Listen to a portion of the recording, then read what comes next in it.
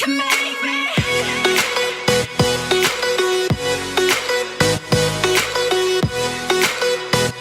Hi everyone, so we're back to Coffee and Conversation. This is episode 9. Today I have Kieron with me, my longtime best friend, who's currently in the UK. Hi Kieron. Hi Esther, How are you? I'm very good. It's really nice to be back home and settling back in, and I've just started working back in the UK and just getting ready for university. So yeah, very exciting. How are you? I'm good. That's nice. That's very interesting. Today we're going to talk a little bit about. I know that you've been doing a lot of things when you were in high school before the world decided to end, obviously. Um, you had a lot of projects going on. You had like your tennis stuff, you had your podcast, you had your website. So today we want to kind of talk a little bit about your podcast and the website and the success of it and the process and the struggle of it, because I'm sure that I know that you contributed a lot of your energy to it, so maybe that could inspire a lot more people to do the same thing. Yeah, for sure, 100%. So tell me a little bit about that. Okay, so I think really I'll start with the website because our website was kind of the main idea before even the podcast was kind of born as such. So the website was kind of focusing more on mental awareness of the community within our school. And I think we kind of set up the website because we were also struggling. I know me and you and our good friend Azara were kind of at the stage where we were kind of lost within the world. I mean, we kind of found out our exams were cancelled and we kind of didn't know what to do with our time. And I think this for us was really important to kind of start being more aware of mental issues that people may have, or just things that are just really minor as well, like small things that people kind of struggle at whilst being at home. And I think we just kind of wanted to get in touch with students and teachers and just the school community, and to let them know that we are there for them and that the school are willing to kind of help them through this, and just to make them aware that they they have people to contact, even if it's not their parents, even if it's not their brothers or sisters or extended family or friends. They can get in touch with people at school or even students at school. And I think that was such an amazing idea, and I really think it did take off during the last few weeks of the school. And yeah, so I think that website was more about the mental, but also the podcast was such an amazing idea. And I think you mentioned it first to the group about just having something extra in order for people to go onto the website and check all the different tabs at the top and all the different pages that we'd already created. And I think the podcast really made people want to come to the website and kind of not only listen to the podcast, but then to kind of use everything that was on the website. And yeah, so we set it up. And I think what was amazing is that the podcast wasn't just only about the mental and being more mentally aware of everything that's going around, but also just different subjects. So we had different episodes about English and books, movies, music, but also sports, which of course was such a major thing when people were missing out on them, or it wasn't even on TV. You couldn't even watch sports, and I think that episode was really important as more people were kind of coming aware that the football in Australia had restarted, and that, I think that kind of helped people become more aware of what actually they can currently watch, and I really hope that people engaged with that. But also, it just gave us a chance to check in on the teachers and see how they are. But also, it just makes students be more aware that the teachers are going through the exact same thing as they are. And I think the last episode was so important, getting the head of secondary and the principal in, and then the new head of secondary again, just to show that their leadership support is also intact, but also moving forward, we have someone coming in who's very passionate about the school, and as you know, she seems really, really kind, and I just hope everything is really good when they have gone back to school now. So yeah, I think that was really important for us to kind of communicate that the teachers are there for them as well. Yeah, that's very brief, a very brief explanation. I agree. It was a struggle. I mean, obviously we had to manage everything online, which is twice harder in a way, but it was really nice to just check in on everybody, and I agree with that part.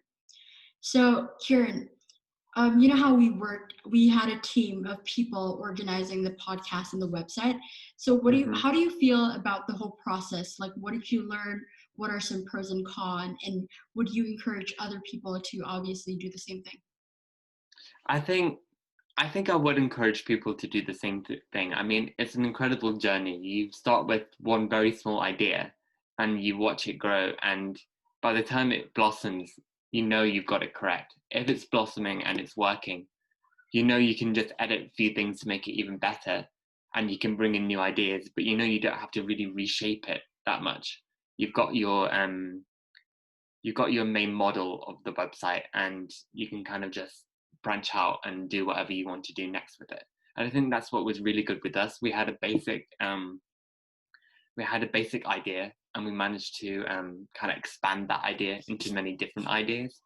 And I think that's why we kind of worked as such a good group.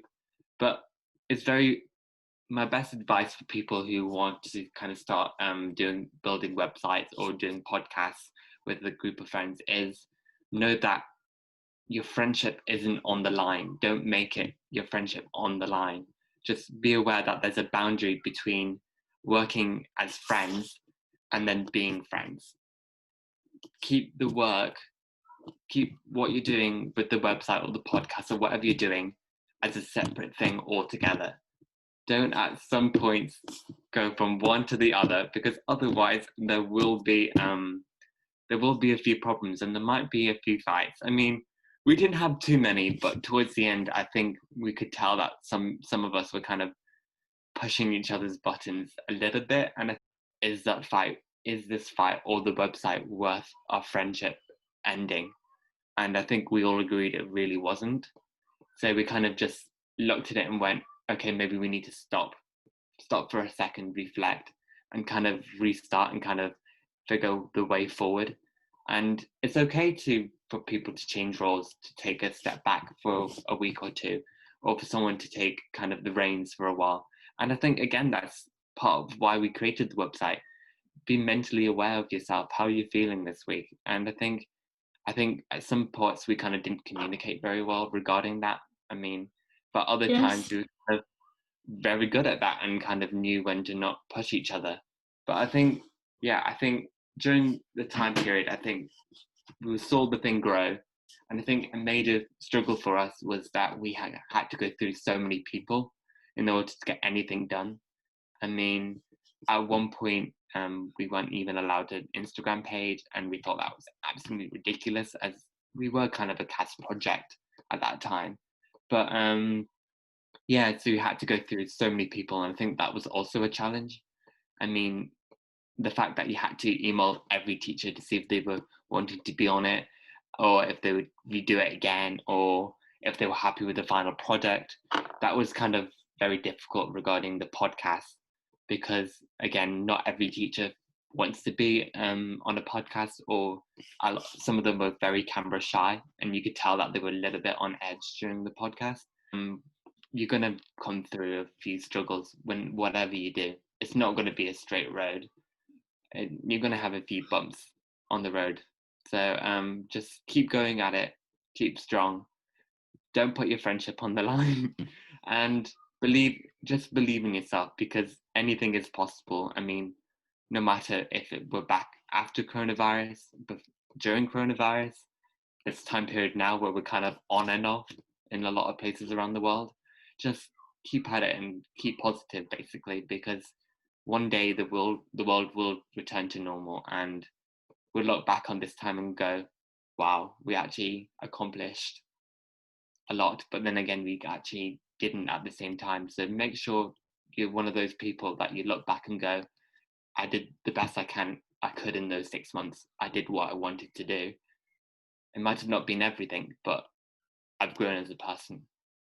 Yeah, I agree. That's a very good perspective actually. I'm very impressed. That's so true.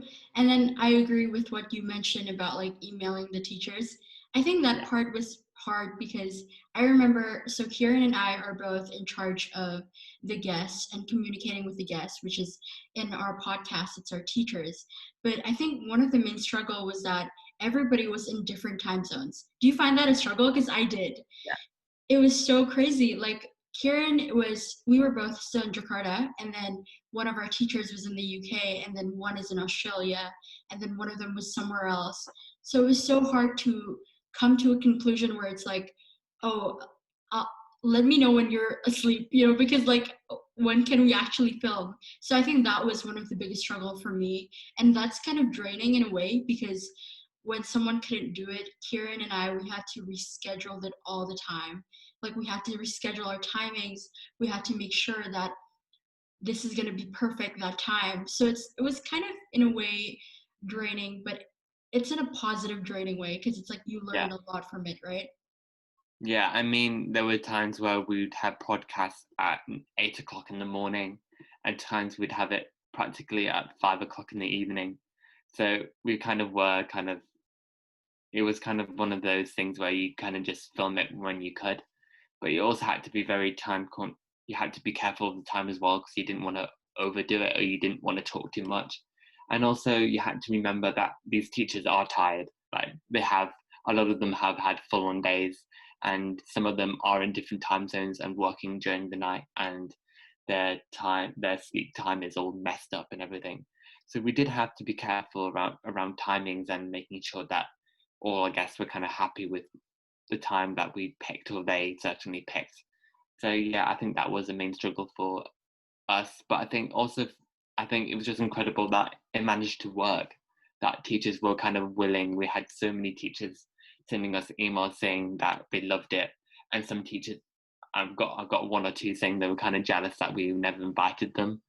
Um, but yeah, I think it was kind of incredible just to see how many teachers we were able to get involved, and yeah, it was a lot of fun. Yeah, I really like how like because I'm sure it doesn't apply to like every international schools, but the one Kieran and I both went in, obviously, the teachers were really supportive, right? Like they were just really supportive about everything we did, and then they were so open about like, you know, giving help for us and then like providing us the resources and all these things. So it was really nice. But I remember we shot with the PE department, and Hmm. then there was one teacher who had to wake up. What time did she wake up to film the podcast? I can't even remember. It was early. She looked very tired.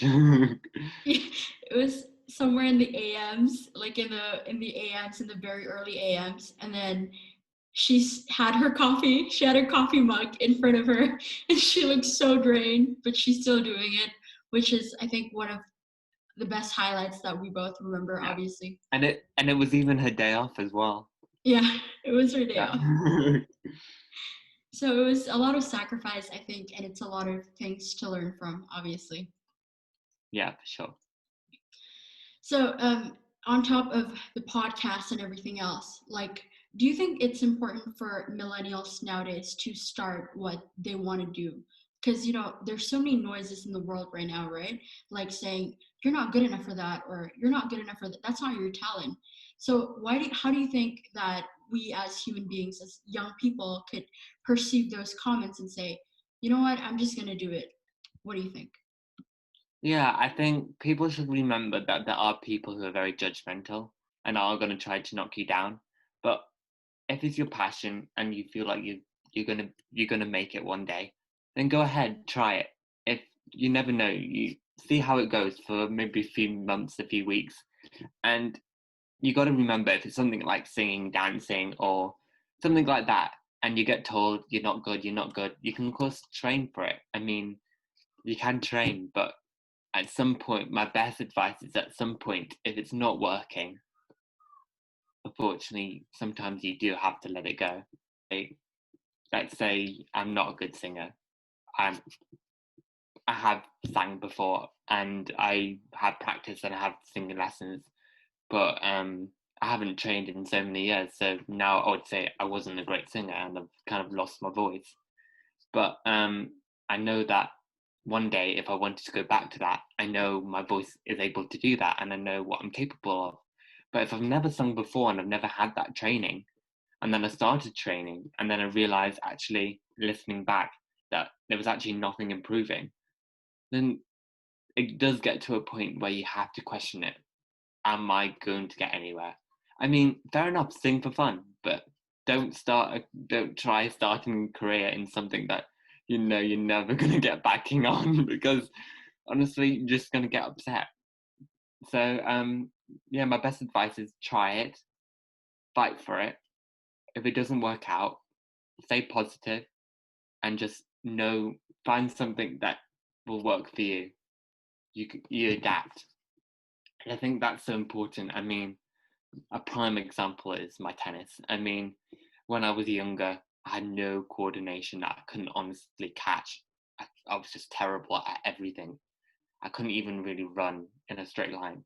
And for me, tennis was such a kind of relief when I started playing it because it was something that where I started to learn that coordination. I started to learn to run, and I think that for me was kind of like a lifesaver. Like my parents never expected me playing sports or loving sports or even doing cross country or track. I think it's important to know that you can adapt. And with I put in so I put in a lot of work to train, and I found people were telling me that, oh, you're not going to get anywhere. There's no way he's going to be able to win a match or anything. But very slowly, my confidence did start going up, and I started seeing an improve, and I was improving. And then before you know it, I'm playing tournaments within Indonesia, within Jakarta. And when you look back at your journey, and you look back at that day one, and you think, wow, I've come such a long way. But then you also realize what that journey's been and how much it means to you. I mean, like I said before, I could have so easily given up at one point when someone knocks you down. But like I said, if it's your passion and there's a chance you're going to improve and you're going to keep improving, go for it, no matter how long. But my best advice is start young. With these passions, start young. You don't want to be older with no job, trying to start a new passion. My best advice is start young and kind of find out what you're into. But also, when you're older, know that you can change career. You can. It is possible if you have that work ethic, and go for it. But yeah, just as long as you're happy, basically. What I'm trying to say, as long as you're happy, then you can basically do whatever you want, as long as the Lord is with you, I guess. Don't go robbing a bank, people. Not recommended.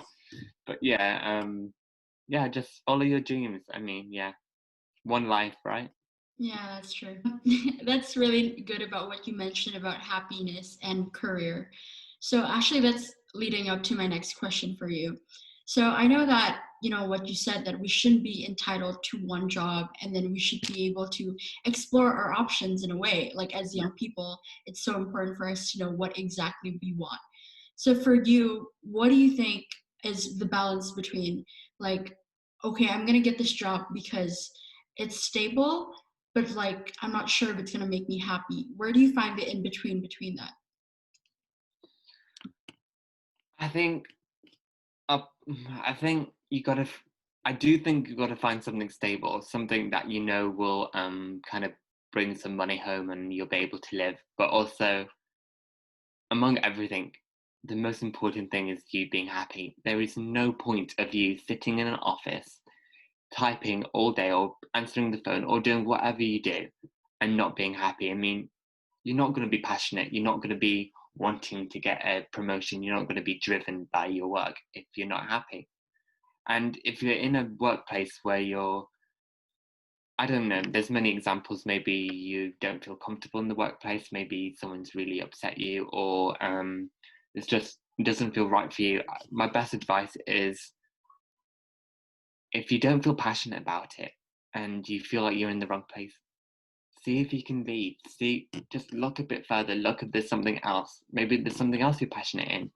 maybe yeah, I mean, my parents have always said if you're not happy in a workplace, there is no point in staying. I mean, you might absolutely love your kind of job that you have, but the workplace isn't as positive, and that also can bring you down. So again, it's all about finding the right company for you and making sure that you have everything that you need as a person.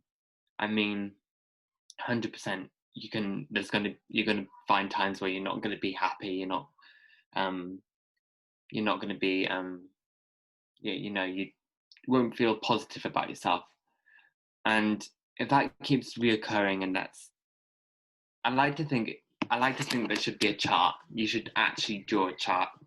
If you tally that over half the year you're unhappy, there is no point staying at where you are, because you're not driven. You're not going to move that extra forward. But if you find that maybe 10% or 20% of the year you're unhappy, then 80% of the year you're motivated. And that's actually quite a good balance. I That is mean, so true. I there never is thought of going that. to be, there has to be times where you're going to be unhappy. There has to be. I mean, it's a work business. People are going to annoy you. People are going to tell you that your idea is not good enough right now. But at the end of the day, we're all human. We're going to upset someone. You can't please everyone. So it's just important to remember during those sad days that 20%, as long as it's not over 50, or probably 45, like if you're 45%, I still probably would leave. But do find that balance, do find it. And I think it's really important that you have people in the workplace that you can kind of talk to and kind of get that support from. And I think that's what's really important. And yeah, I think human resources has such a big job regarding those, making sure the staff are happy and everything. So yeah, just find your balance, make sure you're happy, but also make sure you're in your right career for you. That's nice. Thank you for that answer, actually. That's a very helpful insight. I think people should evaluate and reflect, their state on what you just said. So, Kieron, I want to talk to you. We had a little bit more time, so I want to talk to you about your current project. You have a British tennis blog on Instagram, right? Do you Yeah. mind promoting that a little bit, and like how it's going to go forward, like moving forward? What are you going to do, or how are you going to use that passion of yours to kind of continue and inspire people next on? Yeah, well, as you know, I'm a major tennis fan. I mean, I've played and I certainly watch tennis. And to be honest, I do very much like my British players because I'm British. So I do tend to kind of follow them, and kind of when they lose, I kind of do get annoyed. And I will 100%, no matter the ranking, always support the British person, no matter who they're playing. So yeah, I mean, the idea came around, I think, a few years ago. I mean, I was joking with my dad. I was like, imagine me like having a blog or an Instagram thing about British tennis. And my dad was like, you know what? It's not actually a bad idea. So what I did, I was kind of looked online, and I kind of saw that there was kind of a gap within Instagram, that there wasn't kind of so many British tennis um, accounts. So there was, of course, players' accounts, which were their personal accounts, and of course there were fan pages for them, but there wasn't anything particularly for all the players. Of course, I was against the LTA, who of course are the major lawn tennis association in the UK. So of course they post about all the British tennis players, and that was fine for me. I knew that was going to be happening, but something that wasn't. I wanted something that isn't company run as such, or isn't with several hundred of people behind them backing it. So I think that's how my idea began. I mean, I first of all started calling it the British Tennis Blog, and then I started writing blogs on the website, and I found that really good, but also very intense, because I was writing it every day, and I saw that it didn't really have that much potential towards the end, because I wasn't getting so many people going onto it. So that's when I kind of changed the idea to the British tennis updates, and that's more of an Instagram kind of idea, where I kind of post, I make posters and posts on Canva, which is very practical for me. So I kind of put British tennis results every day, and if it's not a heavy week, then I'll do a roundup of the week with British tennis. And I know yesterday the US Open started, so I've got a special. I started promoting that, and I post live results as soon as they come in. I post if they've won or the British tennis lost, and also write a small description about the match and my own insights of the match. And yeah, I think we're currently at 95 followers. I've roughly started the Instagram account this year, so we are starting very slowly, but it is people are getting a little bit more aware of it, and I think as of now I'm pleased, but I do hope it kind of does increase. And moving forward, going to university, I would love if I could start a podcast, another podcast, where I could kind of reach out to those people who love playing tennis and also look at more British results and kind of analyze it maybe a bit better, which I really can't do on the Instagram right now. So I think that's my way forward. But in order to do that, I would like a small team instead of it just being me. And yeah, I've talked to pro players who are British, been in contact with them, and they loved the idea. They've looked at the blog when it was out, and they're looking on my Instagram, liking posts. And I think that was really important for me, for that to have that kind of support from people who maybe I didn't know, but kind of who I look up to as such. I mean, there's this amazing tennis player, a rising player called Jay Clark, and he kind of commented and kind of taught me a few techniques for me to improve on when I play tennis, because I asked him a few questions.